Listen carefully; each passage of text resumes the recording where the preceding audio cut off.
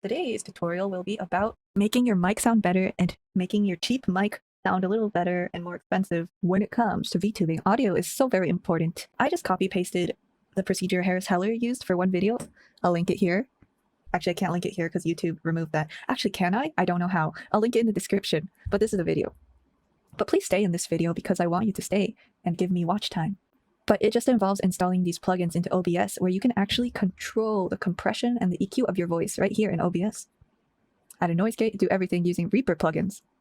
Because for VTubing, audio is probably the #1 important thing. Even if you have iPhone tracking, people can't really see your expressions, they can't read your lips, they can't see you move around like a webcam streamer would. So you have to rely on your voice more than anything else if you do use your voice. And thus audio is so important. One of the first things you should invest in if you're doing VTubing. However, that does not mean you need to go out and buy a $100 XLR mic or spend a shit ton of money on not only the XLR mic but also a fancy audio interface and an amplifier, because that all stacks up to like at least 500 USD. You can achieve pretty good quality audio with just a USB mic. If you look at a bunch of VTubers that are very big and well known and have really good sounding setups, such as, of course, Kuroni from HoloLive. I'm just going to list HoloLivers here. I also really think Mori Kariope. I think her mic sounds very good. And as well as some other VTubers have really nice sounding mics. Kason has a good sounding mic too. If you search up their setups, you're just going to come up with really expensive XLR setups.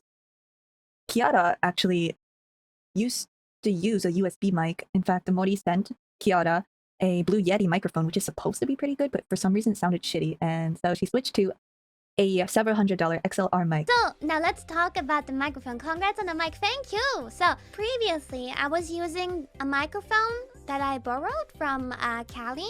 One thing I wanted to say that I didn't want to forget. A few people said something that my mic is shit, which I'm confused about, because actually Cali, the super professional rapper, gave me this mic. The trick is you don't actually need an XLR mic to sound good. Yes, if you're recording vocals in a studio and singing la la la la la, you do need an XLR mic or even doing voice acting. The thing is, when you stream, the audio gets compressed anyway. The audio gets so compressed that even if you start out with good quality, because it gets compressed, a lower quality mic, so you're starting out with lower quality, you can't actually tell much of a difference between those two because they both get compressed so much. So how are we doing this here? It's very simple. Number one, first step, you got to go to Reaper plugins. So we do Reaper OBS plugin. This is for OBS. Streamlabs, I think, should have a similar thing, but I'm using OBS. Sorry, Streamlab users. It's called Replugs, VST FX Suite, and you just download this here accordingly. When you install, just install it to its default location, which is your C drive. It's got to be your C drive because that's where OBS normally stores all its file configuration, whatever stuff. So it's going to misalign if you don't do it in the C drive.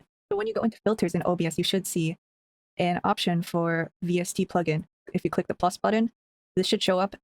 And in the drop-down menu, you can select a bunch of different things you could use. So you could add delay, you could add noise gate, and you can add compressors and EQ as well. So how do you go about adjusting the settings to be exactly what you want? What you do is you record yourself in OBS, start recording, then you record your voice really soft as well as really loud, just to make sure you get the full range you're testing here. Save that onto your computer and re-add it as a media source. So go into here, click add media source.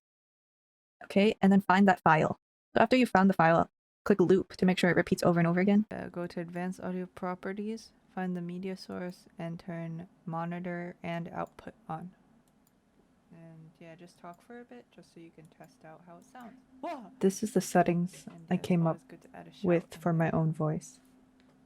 So this is how I sound without any filters. For the gate, what you want to do is place it above where that green line is showing when there's only background noise, because then it will cancel out the background noise. And also talk pretty normal, close to the mic. It really depends on the voice, so just mess around with it and search the internet for some guidance.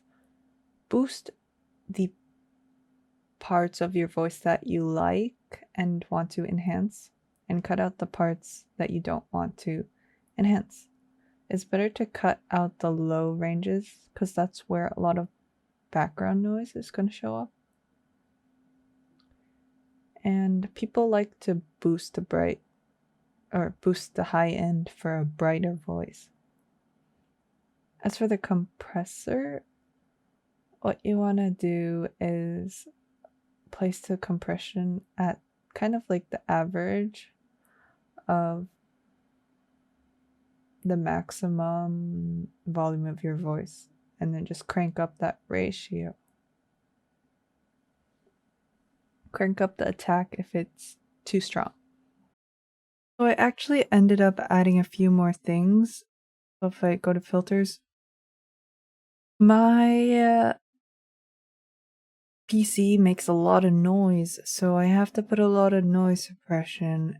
And I am situated in the corner of a room, which is really bad for just noise bouncing off of walls.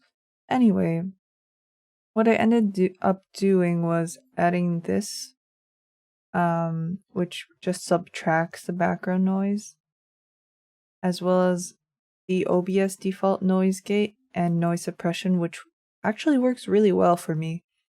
And then after that, I put in the replug, EQ, and compressor. So that's how my config is currently looking.